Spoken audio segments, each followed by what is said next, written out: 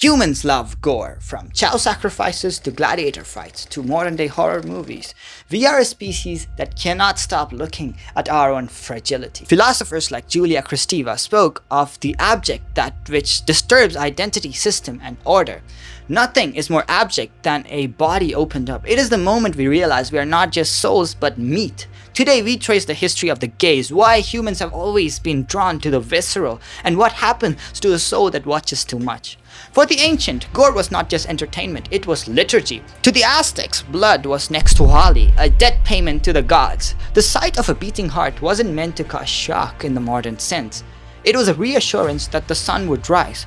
Gore was the physical bridge between the physical and the divine. The wound was where the sacred entered the world. While other cultures sought the sacred, the Roman Empire changed gore as a tool of statecraft. In the Roman Colosseum, gore was transformed into martial ethics, a method where the people were entertained, kept from revolt, and also it was a show of strength of the empire. The gladiatorial games were not merely mindless slaughter, they were a pedagogy of death. It was a show. The spectator was trained to suppress their own fear of mortality. It was the first commodification of the visceral, where the state realized that the sight of blood could be used to distract, discipline, and unify a populace. To the Roman, the arena was a mirror where the strength of the empire was reflected in the controlled destruction of the human body. In the Middle Ages, the gaze shifted from the temple to the town square. Violence became a show, a sort of teaching tool. The public execution was the theater of power. Michael argued that the king's power was written on the body of the condemned.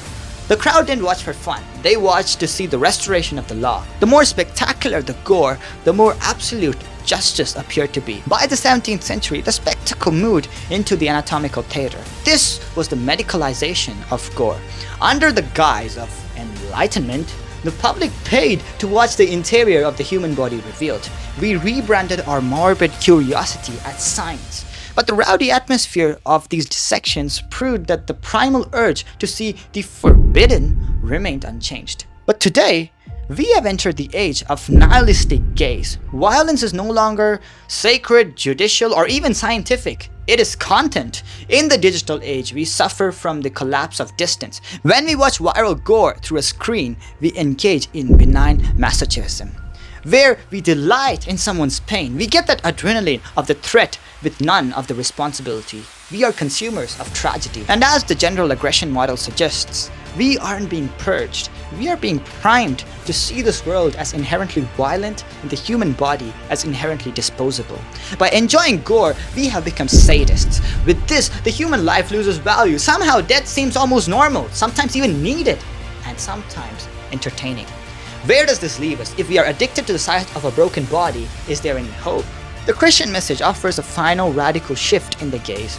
In the cross, God takes the gore of human history, the abject reality of our violence, and turns it into an icon of love. Philosophically, the cross is the only place where the spectacle of death is defeated by the spectacle of grace. We don't look on the wounds of Christ to satisfy a morbid curiosity. We look to see a God who entered our brokenness to heal it. We don't need to simulate threats anymore because the ultimate threat, death, has been swallowed up. Our fascination with gore is actually a cry for the resurrection. We are looking for life in the one place we know it ends. It is a coping mechanism, realizing that we're gonna die.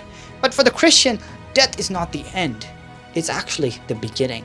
So I would suggest stop looking at the works of darkness to feel alive. Look at the light to live forever. God bless.